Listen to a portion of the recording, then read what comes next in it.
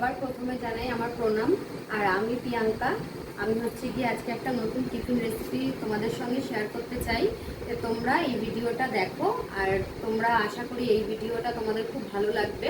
আমি আজকে টিফিনের রেসিপি বলতে আজকে একটা চিড়ের পোলাওয়ের রেসিপি তোমাদেরকে শেয়ার করব। চিড়েটা আমি অলরেডি আগে থেকে, তাহলে দেখে নাও। আমি প্রথমে বাদামটাকে শুকনো খোলায় ভেজে নিচ্ছি। এটা ভাজার পরে তারপরে আমি কিছু সবজি নিয়েছি। এটা হচ্ছে সাদা তেলের মধ্যে কারি পাতা আর সর্ষে ফোড়ন দেব। ফোড়ন দিয়ে তারপরে এর মধ্যে লঙ্কা কুচি আর পেঁয়াজ কুচিটা দিয়ে একটু হালকা ভেজে নেওয়ার পর তারপরে আমি সবজিগুলো অ্যাড করবো। এখানে আমি সবজি নিচ্ছি গাজর, ক্যাপসিকাম আর বিনস। তোমরা চাইলে তোমরা তোমাদের পছন্দ মতন সবজিও দিতে পারো।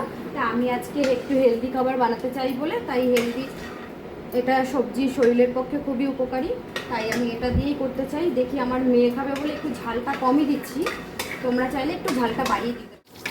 আর কিছু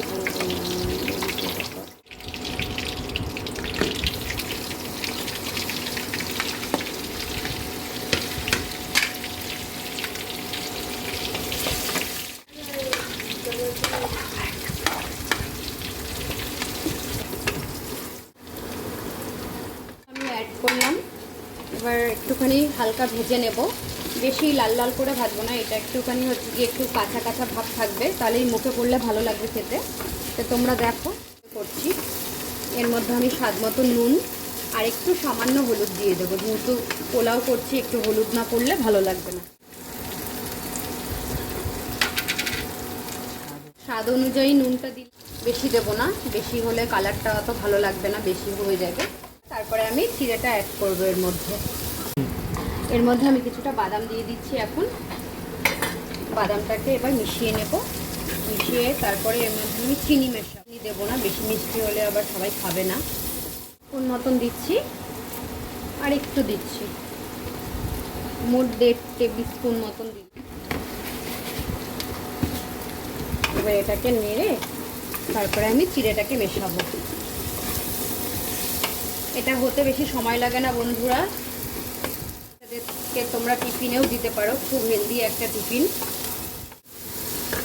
তাহলে আমরা চিড়েটা এখন মিশিয়ে নিয়ে আস্তে করে সবটাই চিড়ে দিয়ে দেবো একবারে। আমার চিড়েটা কতটা ঝুরঝুরে হয়েছে দেখেছো? আমি আগে থাকতে এটাকে ধুয়ে ঝরাতে দিয়েছিলাম, তার জন্য চিড়েটা ঝুরঝুরে হয়েছে।